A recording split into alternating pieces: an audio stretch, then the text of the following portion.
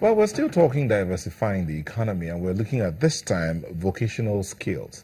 There are many out there who have things they could do with their hands. They are tailors, they are carpenters, they are mechanics, they are barbers, they are... And that's where it's happening now, not wearing a tie and going to the office. There are no offices anymore who are ready to employ anybody. So graduates, you better listen good to this segment of Sunrise. And there are some places where they wear ties and go to. I mean, people that do the programming and all of that, some of them still wear ties anyway. But then, the Bank of Industry is in partnership with the National Board for Technical Education and is seeking to encourage the use of vocational skills or the acquisition of vocational skills.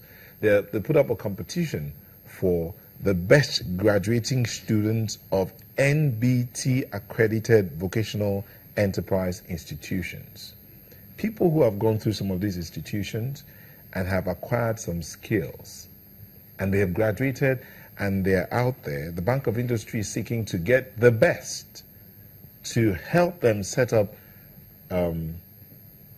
businesses, yes, and then help them also so that they can also create jobs for others, train others, and so that vocational skills around Nigeria could also increase and cut down the unemployment rate.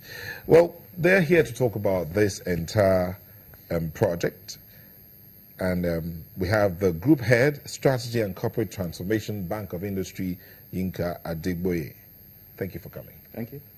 Also here is the first lady mechanic in Nigeria, Sandra Agwebo. Thank you very much. Aleo clapped. Yes, I did. Also here is Kehinde Olufemi, who's a candidate, fashion design vocation. Thank you for coming. Thank you for having us. The eligible vocational courses for the competition are as follows: automotive mechatronics/mechanic, carpentry and joinery, fashion and beauty, electrical and electronics, painting and tiling, plumbing and fittings, welding and fabrications. And the regional competitions took place in Kaduna and Lagos on February the 13th and February the 19th, respectively, while the finale will be held in Abuja on the 19th of March 2016. The panel of judges made up of professional has been selected to evaluate the nominated candidates and select the winners in each vocational field. So, Mr. Adegboye, why now? Right. You know, as the country has been trying to diversify, like you've talked about in the previous segment, and we also know that for us to become an industrialized nation that we've been clamoring for so long, we need to support technical skills, you know, vocational skills in the same respect. And we believe that in Bank of Industry, we're the foremost, you know, development finance institution in Nigeria, and we have a major role to play to ensure that, you know, that achievement is met. So we put together this competition, and we partnered with National Board for Technical Education in terms of, you know, providing us with profiles of candidates that will fit into what we have in mind in terms of how we can get the competition going. So National Board for Technical Education provided us with a list of institutions that have these, you know, shortlisted courses that we've looked at, these 7 courses that we've looked at. And we picked these courses because we believe that they can really rejuvenate, you know, the vocational skills sector, because they are required primarily into the production process. And they're primarily, you know, referred to as the blue-collar workers, because most people these days, what you find is everybody wants to work in an office, wear ties and all of that. You know, but the people, yeah, well, a lot of people would rather do that. You know, but we believe that if we stir up interest, you know, in the nation, basically to get people to be more interested in the blue-collar jobs, because they actually do the work in industries, and for us to become industrialized, we need to actually support that sector. You know, so we went ahead and got 95 candidates from across about 15 institutions, and we, you know, we segmented them into 2 locations for the regional sessions. So we had 22 candidates scheduled for Kaduna, which took place on the 13th of February, and we had 73 candidates scheduled for Lagos, which took place on the 19th of February, a week after the Kaduna session. You know, so after the session, the idea is, at the end of the day, at the grand finale, we would have 3 top candidates per vocation. So going into the grand finale, we would have 21 candidates. And, you know, they have opportunities to win prizes. First, we would ensure that we provide them with work tools, right? We would also provide them with mentoring, because that is very important. Going into the business world, you need to understand how the business works. You know, some of these candidates haven't worked. They've just graduated from school and they're out there, you know, so they may just feel, you know, lost in the crowd. You know, so, and we have judges, we have 35 judges that we've, you know, reached out to, professionals, academics, and of course we have, you know, Lady Mechanic as one of them. She has actually committed to mentoring some of the candidates. So what we will do is, after the competition, we identify these winners. They get the mentorship that they require, and we will then provide them work tools, you know, and incentives, working capital to be able to put together materials that they will work with, and for them to go out there and become successful entrepreneurs. So in a nutshell, that's the, you know, the thinking behind the competition. Okay. So far, how would you rate the competition so far? I'm one of the panels of the judges, looking at what the candidate they've been able to pass through in schools, looking at if really they know what they're talking about, because with the wealth of experience I've gotten from my own industry, being a mechanic for 30 years, running my own business for 21 years, I should be able to know a candidate that will be able to pass through to the final. So we look at their projects. You have to tell me how you got about what you have constructed. You have to let me know the proportions of the materials used.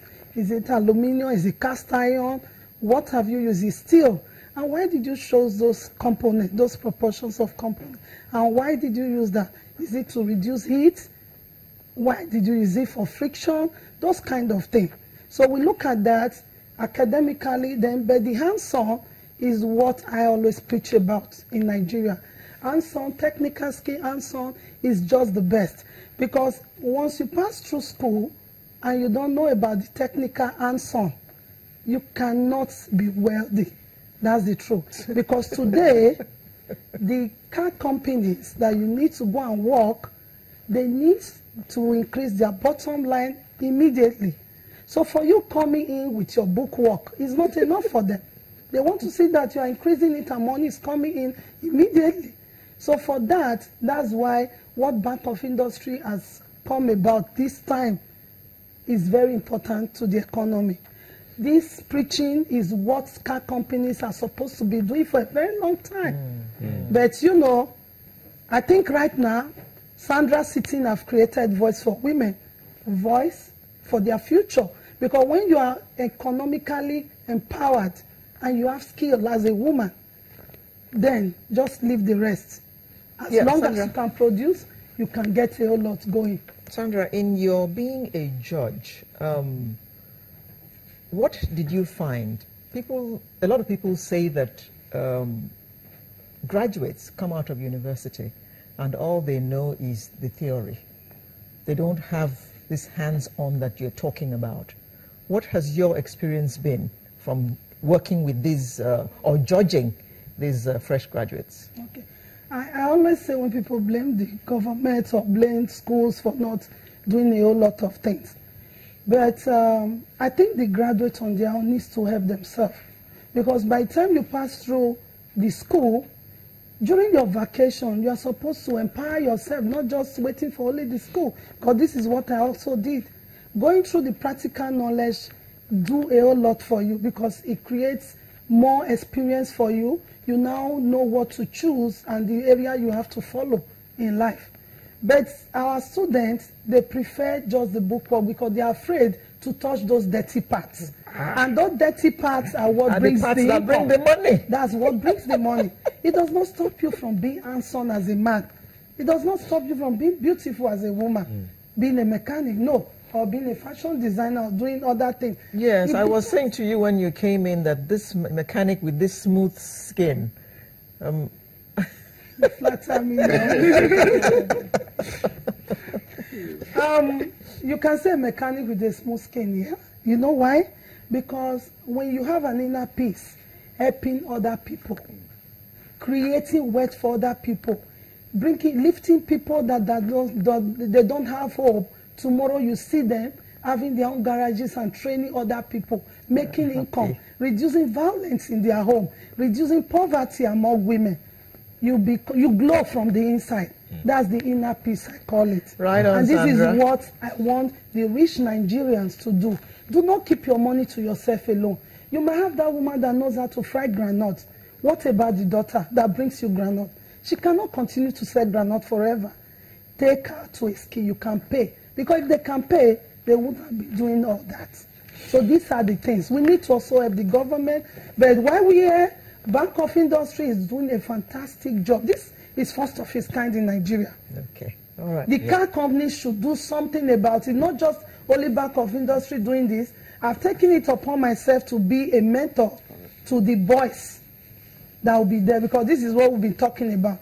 And of course, to the new administration, the government of Nigeria, to the Ministry of Employment, Youth, Women's Affairs, they should try and emulate what Bank of Industry is doing. Okay. This is a national thing. Okay. Mr. Adegbe, let me come back again before we go to Kehinde. How were these candidates selected? Okay, when we reached out when we got the list of institutions, we contacted them and we required them to provide us with the top 3 candidates in terms of, from those institutions in each of those vocations. Their most recent graduates. So they provided us with the names. So the 3 names that each of the institutions provided got into the competition, just basically based on that. Why did you use most recent graduates? What about those that graduated, probably not doing anything? What we wanted to do, the idea started from a very broad level. So to put it in manageable, at a manageable scope, we had to scope it. So we had to discuss this at the, executive management committee level to really just put it in scope. So this is the maiden edition, right? So next year, we can decide you might to say, broaden it. Exactly, we will broaden it. Okay. We may not even look at formal education, in terms of contestants. We may go into apprenticeship, people who have actually just done practicals without, having formal classroom. So we'll try and, vary it just to make it all inclusive as people who just got freedom. Exactly, yes. Kehinde, you're one of the candidates in this competition. Tell us, what has your experience been like? Well, it's been a very good experience, because when I got the call text that I was nominated, at first I felt probably it wasn't real, wasn't genuine. I really didn't put my mind. All the scam people, I was like, okay, let me just follow through as long as they don't tell me to pay money. So I kept following up. Then my school called me, Field of Skills and Dreams. They called me and they followed up. They told me it was real. So that was when I started taking it serious. And then I started doing everything they've been telling me to do. And the competition we had last week, it was really good. Bank of Industry really tried for us, because they're giving us a platform to showcase our talent. We've never had this opportunity from anyone in Nigeria, and this is like a platform for, like a cry for everyone out there that is not doing anything, to try to get something doing.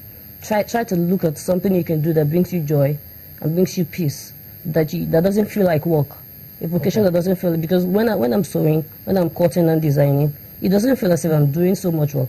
It feels like play, but it's bringing me, it's going to bring me money. So you could actually sit on a sewing machine the whole day and not even think about it? Yes, I don't even feel it. It's as if I'm just at home, just chilling. It doesn't feel as if I'm doing so much work. Okay. So I enjoy doing it. You took part in the competition last week. Yes, ma'am. Have you got the results yet? No, ma'am, but I'm very optimistic, ma'am. Okay, in fashion and design, how many of you took part in the competition? We that did in Lagos, we were about 6, 7. Oh, okay. 6, 7 thereabouts in Lagos. But I heard there were some other candidates in Kaduna. Okay. But we that competed in Lagos were about 6, 7 thereabouts. And you are very optimistic. Yes, I am. So what are your expectations? Well, I hope one day I could become an employer of labor, because I think there's a lot of unemployment in Nigeria, And I actually see myself in a few years that I'm employing the people to work with me and for me. So do you believe this competition will help to fill